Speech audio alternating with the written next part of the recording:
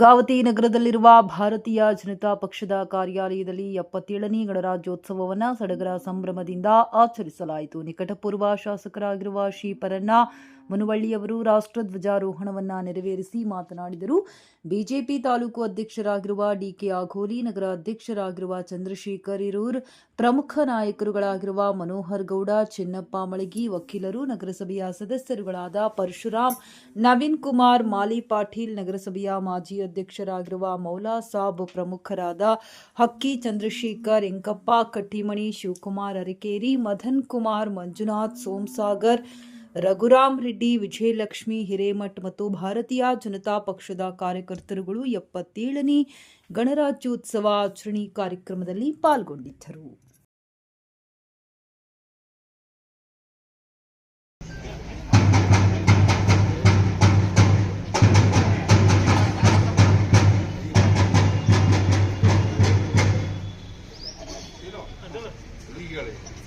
ಭಾರತೀಯ ಜನತಾ ಪಾರ್ಟಿ ಕಾರ್ಯಾಲಯದಲ್ಲಿ ಇಂದು ಗಣರಾಜ್ಯೋತ್ಸವದ ಅಂಗವಾಗಿ ಈಗಾಗಲೇ ಮಾನ್ಯರ ಭಾವಚಿತ್ರಕ್ಕೆ ಪುಷ್ಪಾರ್ಪಣೆ ಮಾಡಿ ಉದ್ಘಾಟನೆ ನೆರವೇರಿಸಿದಂಥ ಮಾನ್ಯ ನಿಕಟಪೂರ್ವ ಶಾಸಕರು ಧ್ವಜಾರೋಹಣವನ್ನು ಮಾಡಬೇಕಾಗಿ ವಿನಂತಿ ಮಾಡ್ತಾರೆ.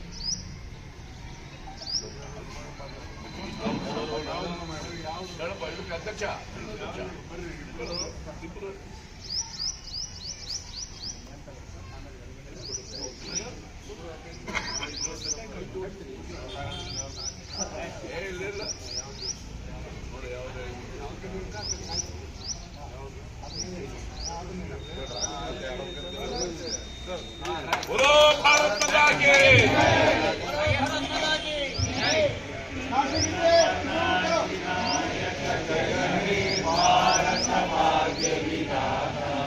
पंजाब सिंध गुजरात मराठा द्राविड उत्कल बंगा इंद्र हिमाचल यमुना गंगा उच्चल जलधि तरंगा तव शुभ नामे जागे तव शुभाशिष मागे तारे जगदाता जन गण मंगलदायक जय हे भारत भाग्य विधाता जय हे जय हे जय हे जय जय जय जय हे बोलो भारत माता की जय बोलो भारत माता की जय 77ನೇ ಗಣರಾಜ್ಯೋತ್ಸವಕ್ಕೆ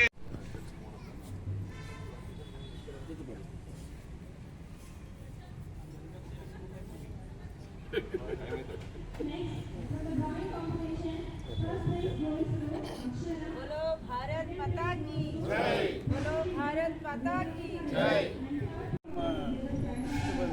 ತ್ಯಾಗ ಬಲಿದಾನಗಳನ್ನು ಮಾಡಿ ಮಹಾನ್ ಪುರುಷರನ್ನು ಒಗ್ಗೂಡಿಸಿ ಒಂದು ರಾಜ್ಯಕ್ಕೆ ವಿಶೇಷವಾಗಿರ್ತಕ್ಕಂಥ ಭಾಷಾ ಜ್ಞಾನದ ಮುಖಾಂತರವಾಗಿ ವಿಂಗಡಣೆ ಮಾಡಿ ಹೋರಾಟ ಮಾಡಿ ಇದ್ದಾರೆ.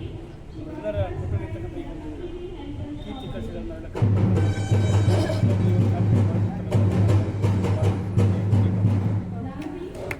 ಕಾರ್ಯಾಲಯದಲ್ಲಿ 77ನೇ ಗಣರಾಜ್ಯೋತ್ಸವದ ಧ್ವಜಾರೋಹಣವನ್ನು ನೆರವೇರಿಸುವುದರ ಮುಖಾಂತರ ಈ ಪವಿತ್ರವಾದ ಕಾರ್ಯಕ್ರಮದಲ್ಲಿ ಭಾಗವಹಿಸಿದಂಥ ನಮ್ಮ ನಗರ ಮಂಡಳದ ಅಧ್ಯಕ್ಷರು, ಗ್ರಾಮೀಣ ಮಂಡಳದ ಅಧ್ಯಕ್ಷರು, ಪಕ್ಷದ ಎಲ್ಲ ಮುಖಂಡರು ಸಹಿತ ಭಾಗವಹಿಸಿದ್ದಾರೆ.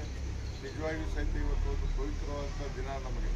ಯಾಕೆಂದರೆ 77ನೇ ಗಣರಾಜ್ಯೋತ್ಸವ ಆಚರಣೆ ಮಾಡೋದ್ರ ಜೊತೆಗೆ ವಿಶೇಷವಾಗಿ ಒಂದೇ ಮಾತರಂ ಗೀತೆ 150 ವರ್ಷವನ್ನು ಸಹಿತ ಸಂಭ್ರಮದಿಂದ ಆಚರಣೆ ಮಾಡುವಂಥ ಒಂದು ಸಂದರ್ಭ. ಆದ ಕಾರಣ ಎಲ್ಲರಿಗೂ ಸಹಿತ ವಿಶೇಷವಾದಂಥ ಅಭಿನಂದನೆಗಳನ್ನು ಸಲ್ಲಿಸುವ ಜೊತೆಗೆ ಇವತ್ತು ಅನೇಕ ಹಿರಿಯರು ಇವತ್ತು ತ್ಯಾಗ ಬಲಿದಾನ ಸ್ವಾತಂತ್ರ್ಯವನ್ನು ಕೊಟ್ಟ ನಂತರ ಇವತ್ತು ಗಣರಾಜ್ಯೋತ್ಸವ ಆಚರಣೆ ಮಾಡ್ತಾ ಇದ್ದೇವೆ. ನಿಜವಾಗಿಯೂ ಸಹಿತ ಇದು ಒಂದು ನಮಗೆಲ್ಲರಿಗೂ ಒಂದು ರಾಷ್ಟ್ರೀಯ ಹಬ್ಬ. ಆಗಸ್ಟ್ 15 ಮತ್ತು ಜನವರಿ 26 ಎರಡೂ ನಮಗೆ ರಾಷ್ಟ್ರದಲ್ಲಿ ಅತ್ಯುನ್ನತವಾಗಿ ಏನು ವಿಶೇಷವಾಗಿ ಹಬ್ಬವನ್ನು ಆಚರಣೆ ಮಾಡೋದ್ರ ಮುಖಾಂತರ ರಾಷ್ಟ್ರದ ಐಕ್ಯತೆ, ರಾಷ್ಟ್ರದ ಒಂದು ಸಮಗ್ರತೆ, ರಾಷ್ಟ್ರದ ಅಭಿವೃದ್ಧಿಯಲ್ಲಿ ನಾವೆಲ್ಲರೂ ಭಾಗಿಯಾಗೋಣ ಅನ್ನುವಂಥ ಮಾತನ್ನು ಈ ಸಂದರ್ಭದಲ್ಲಿ ಹೇಳೋದ್ರ ಜೊತೆಗೆ ವಿಶೇಷವಾಗಿ ಎಲ್ಲರೂ ನಮ್ಮ ಮೊದಲು ದೇಶ ಅನ್ನುವಂಥ ಸಂದೇಶವನ್ನು ಸನ್ಮಾನ್ಯ ಪ್ರಧಾನಮಂತ್ರಿಗಳು ಕೊಟ್ಟಿದ್ದಾರೆ. ಆ ಕಾರ್ಯವನ್ನು ನಾವು ಮಾಡಬೇಕಾಗಿದೆ ಅನ್ನುವಂಥ ಮಾತನ್ನು ಈ ಸಂದರ್ಭದಲ್ಲಿ ಹೇಳಿ ಮತ್ತೊಮ್ಮೆ ಎಲ್ಲರಿಗೂ 77ನೇ ಗಣರಾಜ್ಯೋತ್ಸವದ ಶುಭಾಶಯಗಳನ್ನು ಕೋರಲಿಕ್ಕೆ ಬಯಸ್ತಾ ಇದ್ದೀನಿ. महाराज राजा राजेश्वर तुकाराम महाराज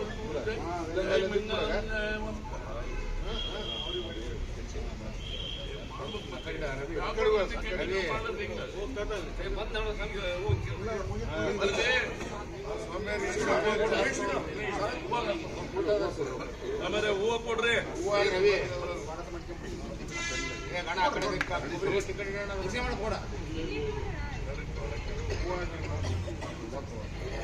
ಉತ್ಸವದ ಶುಭಾಶಯಗಳು ಎಲ್ಲರಿಗೂ.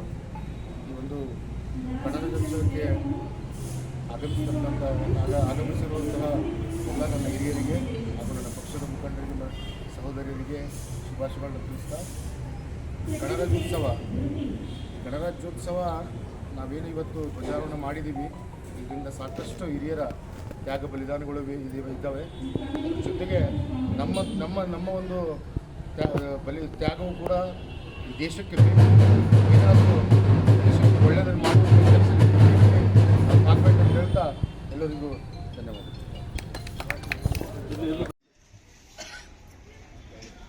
ಸ್ವಲ್ಪ ಜೋರು ಇರಲಿ ಸರ್ ವಾಯ್ಸ್. ಇವತ್ತು 77ನೇ ಗಣರಾಜ್ಯೋತ್ಸವ. ಇದು ಗಣರಾಜ್ಯೋತ್ಸವದ ಅಂಗವಾಗಿ ಈ ಒಂದು ಕಾರ್ಯಕ್ರಮ ಭಾಗವಹಿಸಿದ ಶಾಸಕರು ಸಾಹೇಬರಿಗೂ, ನಗರಾಧ್ಯಕ್ಷ ಇರ್ತಕ್ಕಂಥ ಸಿದ್ದವರಿಗೂ, ನಗರಗೌಡರಿಗೂ, ಎಲ್ಲ ನಗರ ಸದಸ್ಯರಿಗೂ, ನಾಯಕರಿಗೂ, ಮಾಜಿ ಅಧ್ಯಕ್ಷರಾದ ಚಂದ್ರಬಾಬು ಹಾಗೂ ಚಿತ್ರಸ್ವಾಮಿಯವರಿಗೂ, ಪಕ್ಷದ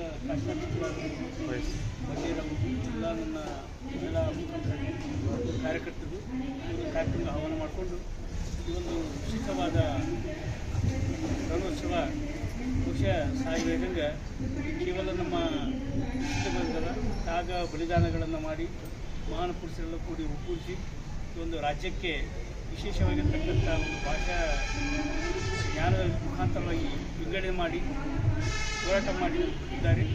ಅವರೆಲ್ಲರ ಕುಟುಂಬ ಈ ಒಂದು ಕೀರ್ತಿ ಕನಸುಗಳನ್ನು ನಾವೆಲ್ಲ